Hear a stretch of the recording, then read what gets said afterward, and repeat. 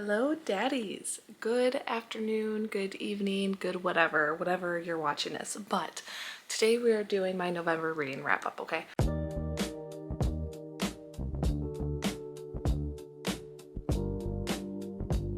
So I read 7 books in the month of November, which is pretty damn good if I say so myself. What we're gonna start with is I read You're Next, the 3rd book of the Devil's Backbone series, and the first 2 were amazing. So the first book is Dear Reader by Tate James. First 2 books were amazing, like the cliffhangers on both of them, like oh my god, oh my god.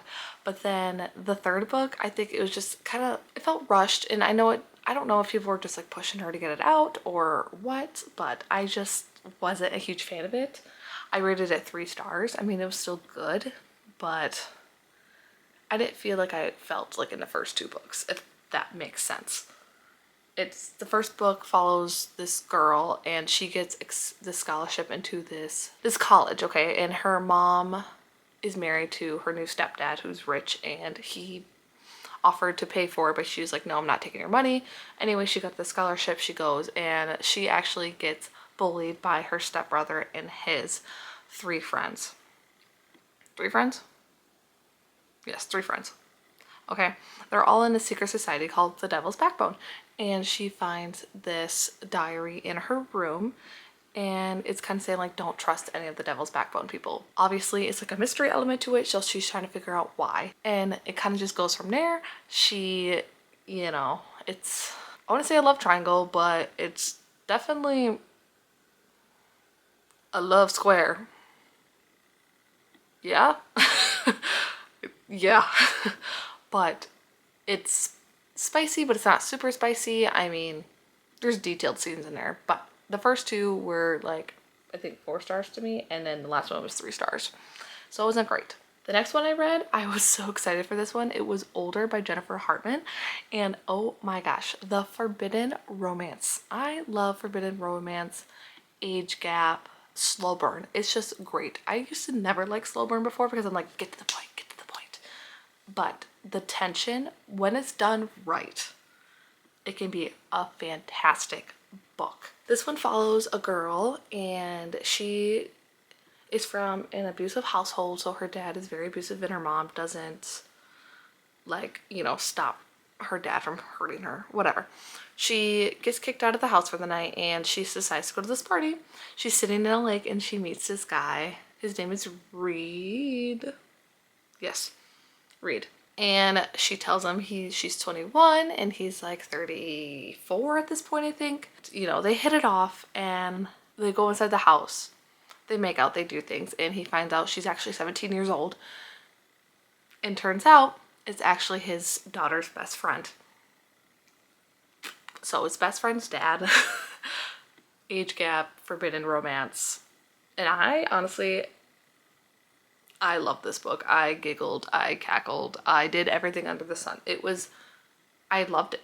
I rated it 4 stars and I had the best time with it. I was like, you know, I mean. So, and I also read The Sinner's Anonymous first book. So Sinner's Anonymous, and I gave it 3.5 stars. I could see how people are obsessed with the series.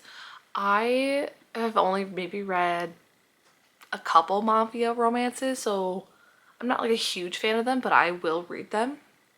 And I didn't mind it. I think it was just kind of repetitive. But people say the next one, Sinners Atone, that's the next one, is really good. So I'm going to read that one whenever I get a chance, but I haven't gotten to it yet. I don't know. It follows this girl. She's actually engaged to this mafia king, and she's like 21, I think. I don't know. She's younger, and he's like 70 something. Okay, he's very old. But the mafia king's nephew comes into play, and he's like obsessed with her, and she's thinking about him. And it's like I don't want to say high stakes, but high stakes, and you know, the tension, the drama. I mean, that's fine. It's like in any other mafia romance if you read them. I think at least lots of guns, lots of rich pricks, I would say. I mean, it was fine. I think I'm going to read the next one because I heard it's better, but I'm not in a rush to get into the series. I rated that one 3.5 stars. Oh, the next one I read. Ma'am. Let me tell you, that one was fantastic. It was Face Off, DC Stars, book 1 by Chelsea Curto. Yes, I rated this one 5 stars. I finished it basically with a day and a half. It was so good. It was just like so different from any of the other hockey romances I read. Like, she's a professional hockey player, he's a professional hockey player, but he's also like kind of like a fuck boy, and he's like, I don't need a woman, blah blah blah, I don't need a family, blah blah blah blah blah. And then she comes into play. He doesn't know that she is on the team now, and he starts to flirt with her, and she's like, no thank you. But I think it was just the perfect amount of, because she's like, no, she's like, I'm not doing it, I'm not doing that, like you're a freaking asshole, blah blah blah. And he's like, oh, I know you love me, but like he's like flirting with her, you know, he wants to talk with her, and he's just trying to get to know her basically. And he's like jealous of his teammates that she's more willing and funny and like, you know, laughing with them than she is with him. I don't know. It was perfect. And then, of course, one night they both needed to release some steam. They needed to better their dynamic on the ice. So they're like, you know what? Let's let off some steam. I need someone, you know, whatever. You need someone. Let's do it. Like, this one-time thing, like no strings attached. And of course, it was the best sex of both of their entire lives. And they were obsessed with each other. And they kept, you're like, you know what? What's it gonna hurt? What's it gonna hurt? So they're just doing this whole strings attached thing. And yes, it was fantastic. The tension, no one knows about it, you know, crazy ex comes involved, it's fine. It was great. 5 stars in my opinion. And the next one I read was the last book of the Play for Keeps series, which you know is one of my favorite hockey romance series of all time. Okay, it was Breeze With Me by Becca Mack, and I was so excited for this book. I was so sad too because it was the last book of the series. Okay, this one was about 2 characters who've been together since the first book. Okay, so they've been together for a long time. But this is their journey with their fertility. And it was very sad. I think I cried within the first 5% of the book. And the way they kept having miscarriages and like couldn't get pregnant, and but the way like the doctor was just like, oh, like you don't have to go through the hard work of, you know, getting pregnant, your body changing, blah blah blah. Like you could just boom, baby's here and it's yours. Like, no, but she wanted that, and it was very sad the way Becca Mack put it, because I think it's from her own personal experience, if I'm not mistaken. I'm not sure. But like it was very sad, like watching their hardships in the book, and the way like this male doctor just kind of let it go. They're like, oh, you're fine, you're fine. Like, oh, given your age, like you're not gonna get pregnant, like you better off just getting a donor or a surrogate, yada yada yada. And it's basically like mental health and how she thinks that she's not good enough for her husband and her husband should find someone else. It was just very sad. It wasn't, so like the other books, is a lot more hockey element to it. This one doesn't have a lot of hockey element to it. It's basically that she's sad, her friends are getting pregnant, and she feels like she's losing her best friend because like she can't like relate to what she's going through. I don't know. It was very sad. I cried, but it wasn't my favorite, which is the sad part, because if I rated this one 5 stars, this would have been a 5-star series for me.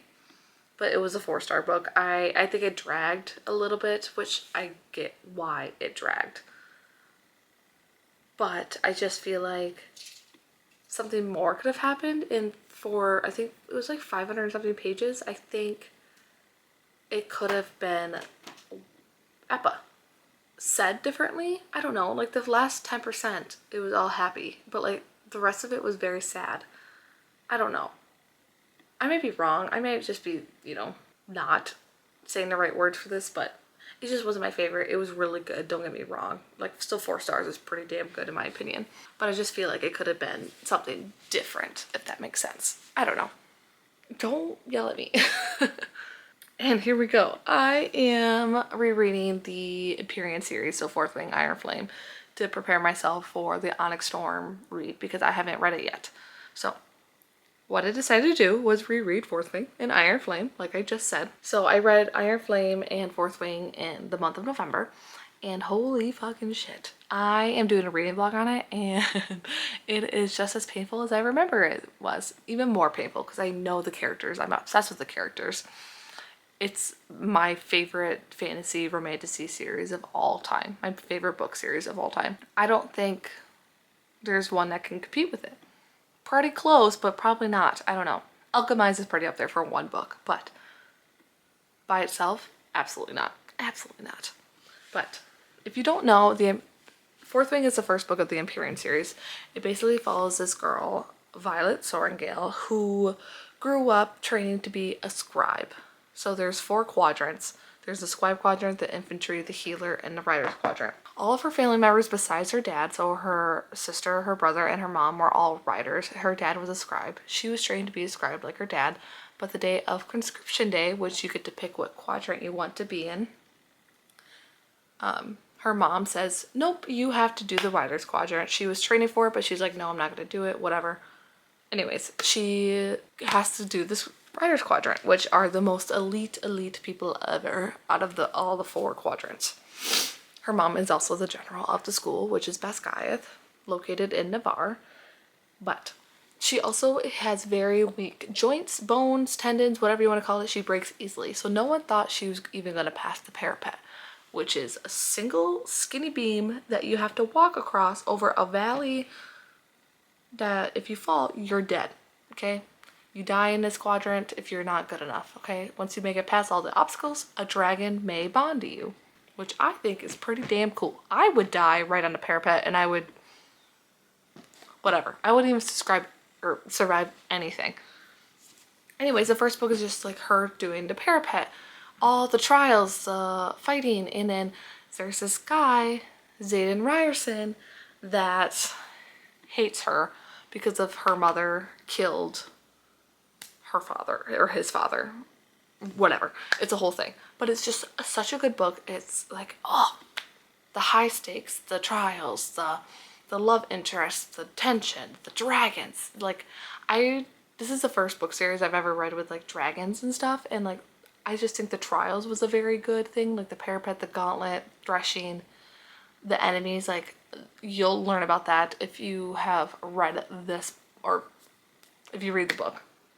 Anyways, I rated both 5 stars the first time I read them, 5 stars, or even 6 stars the second time I read them.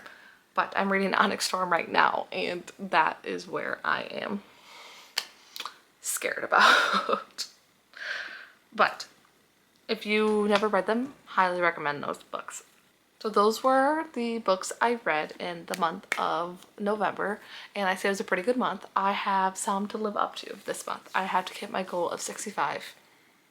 Well, I don't have to, but I'm trying to. Anyways, that's the whole thing. But that will be the end of this vlog, end of this wrap up. So thank you so much, daddies, for watching. Please like and subscribe and go read a book, okay? At least a couple pages of a book.